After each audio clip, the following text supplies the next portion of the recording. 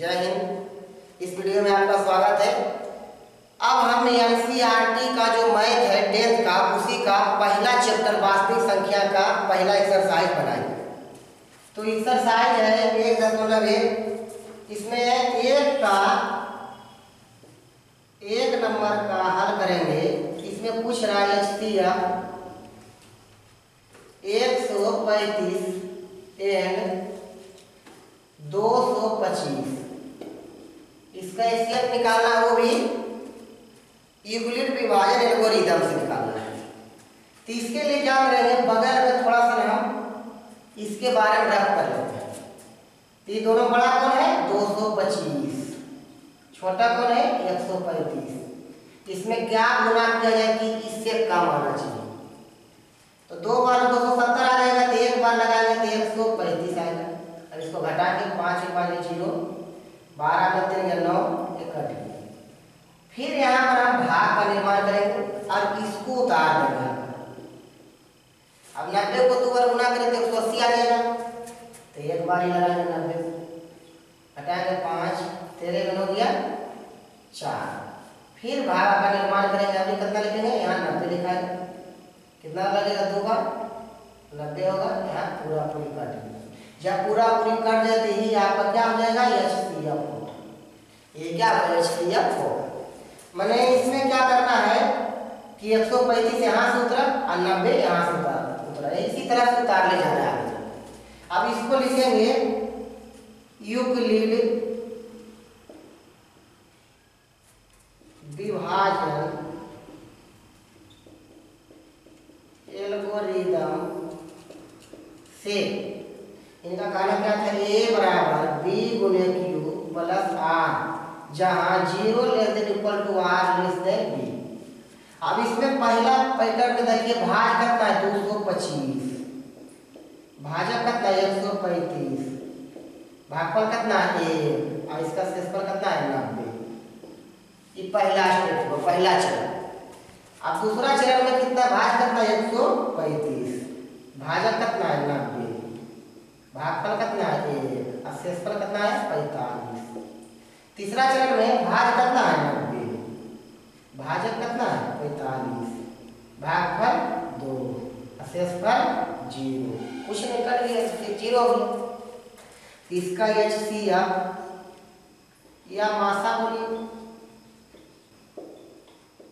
किसका, इस दोनों का। यही आपका आंसर है। ये भाग एल्गोरिथम से HCF निकाला गया। परीक्षा में हर बार पूछता है, अगर नंबरिया में भी और 2 नंबरिया में। अगला क्वेश्चन है 196 और 38,220 का HCF निकालना है भाग एल्गोरिथम से। इसमें बड़ा ये है 38 22 0 146 लगाए। तो पहले क्या करते हैं, 3 अंक ले लेते इसके। तो 3 अंक अगर 2 से गुना करते हैं तो इससे ज्यादा है, एक बार लगेगा 196 घटाएंगे 12 में 6 में 6, यहाँ बचे कितना 7, इधर से चलेंगे 17 हो गया 8 और यहाँ बचे कितना, यहाँ हो गया 1। फिर यहाँ से 2 उतारेंगे। अब कितना से लगेगा, तो इसको क्या है कि इतना है कि 9 से लगेगा। अब इसे लगते जाना है, अपने आप पता चलेगा। 9 6 54 के 4 बाकी रह गया 5, 9 9 है 81 है 5 कितना जगह 86 बाकी रह गया 8 और 9 गुने 1 9 और 8 बाकी 17।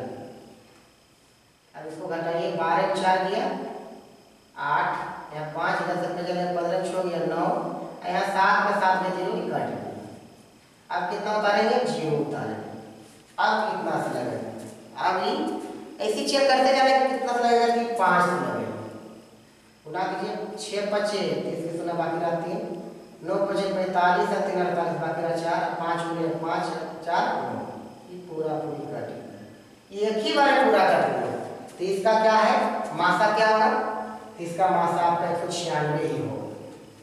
तो इसको लिखेंगे फिर भाग एल्गोरिथम से। शॉर्ट में इस तरह भी लिख सकते हैं, क्या होता है A बराबर B गुने Q प्लस R, जहाँ 0 ≤ R <0। इसी में क्या भाज करना है 38 22 जीरो और इसका भाजक कितना 196, भागफल कितना 195 और शेषफल करके कितना है 0। बस इसका एचसीएफ कितना हो जाएगा, इसका एचसीएफ भी हो जाएगा 196। यही आपका आंसर मिला लीजिएगा। तीसरा एचसीएफ है 867 और 255 का एचसीएफ निकालना है। दोनों में बड़ा कौन है 867। 867 में 255 से भाग देना। अब इसको अनुमान से देना है, बढ़ाते जाना है। तो अगर इसको हम 3 बार लगाते हैं, 4 बार में ज्यादा है, 3 बार लगाते हैं तो 5 3 15, अब 5 3 15 कर ले तो 2 3 6 7, ठीक है। हटाएंगे 2 आएगा, यहाँ 0 आएगा, यहाँ 1 आएगा। अब यहाँ पर तो कुछ लगेगा नहीं। अब इसको फिर भागा बनाएंगे, अब 255 उतारेंगे। अब 2 बार गुना करेंगे तो इसका कितना है 204, इससे कम है। 2 बार लग जाएगा 204 आ जाएगा 1 5 61। फिर यहाँ भाग करके गुना करेंगे तो 2 लिखेंगे, 2 बार में कट जाएगा। अब 2 बार में कट गया तो क्या यही इसका क्या हो जाएगा एचसीएफ होगा। लेकिन इसको क्या करना है, फिर लिखना है भाग एल्गोरिथम। भाग एल्गोरिथम से क्या होता है a बराबर b गुने q प्लस r। इसमें क्या है जहां 0 less than equal to r less than b, इसका रेंज है। ये भी एक सारे समरिया में पूछा गया है। तो भाग इसका कितना है 867, भाजक कितना 255 और इसका भागफल कितना है 3 और शेषफल है 102। पहला चरण का इसका है।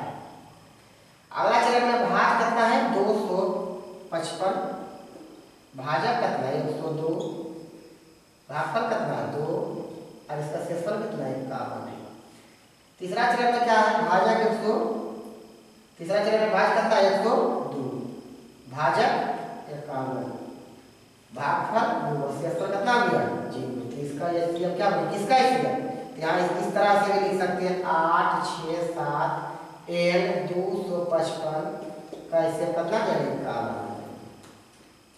इस तरह से 3 क्वेश्चन एनसीईआरटी था, तीनों को हम सॉल्यूशन कर दिए। एक क्वेश्चन और इसको बता देते हैं। दूसरा क्वेश्चन है दर्शाइए कि कोई भी धनात्मक विषम पूर्णांक 6q + 1 6q + 3 या 6q + 5 के रूप का होता है जहां q कोई पूर्णांक है। तो इस तरह के क्वेश्चन को हम किस तरह बनाएंगे। सबसे पहले हाल लिखेंगे इसके अनुसार माना कि भाग एल्गोरिथम से a बराबर bq + r जहां 0 less than equal to r less than b होता है। इतनी से और इसी के अकॉर्डिंग इसमें क्या है 6q + 1 6q + 3 या 6q + 5 लाना है। तो इसमें क्या है b के मान कितना है 6, यहाँ भी 6 यहाँ भी 6। तो इसमें क्या करना है इसलिए b बराबर 6 मान लेना है। आप b बराबर जब 6 मानोगे तो यहाँ रेंज की कहा है r के मान 0 से चालू कीजिए, आगे बढ़ते जाइए, लेकिन b से कम लेना है। जितना b मान उससे कम लेना है। चालू कहाँ से होगा 0 0 1 2 3 4 5 6 से कम, क्योंकि b से कम r है तो r का मान क्या है b का मान 6 तो उससे कम है। रखने पर सूत्र यही लगाएगा यहाँ पर a बराबर bq + r से चलेंगे।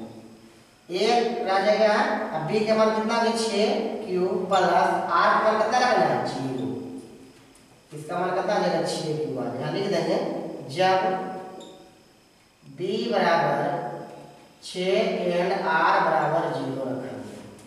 अगला स्टेप में चलेंगे a बराबर bq तो 6q + r का मान 1 रखेंगे। इसमें भी लिखा है जब b बराबर 6n r बराबर 1 आगे बढ़ेंगे a बराबर 6q + 2 और इसमें भी b का मान कितना है 6 और r का मान कितना है 2।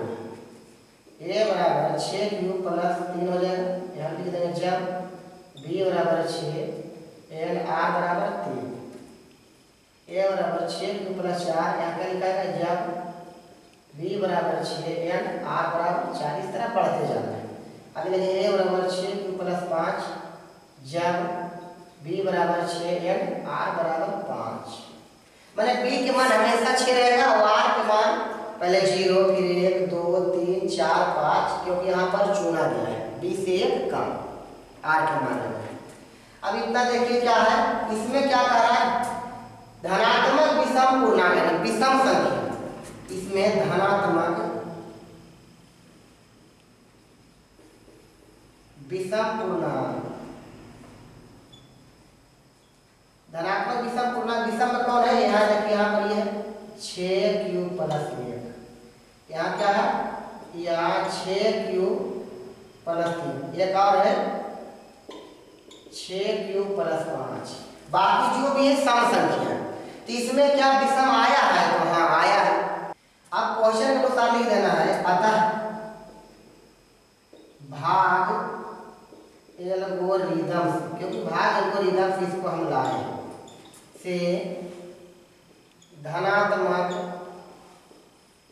विषम पूर्णांक कितना 6q प्लस 1 या 6q प्लस 3 या 6q प्लस 5 के रूप का होता है। इसमें एक q भी आ गया है, तो जहाँ q कोई पूर्णांक है, इतना लिख के यहाँ पर हम प्रूफ लिख सकते हैं। ये भी परीक्षा में पूछता है, इसको इस प्रकार से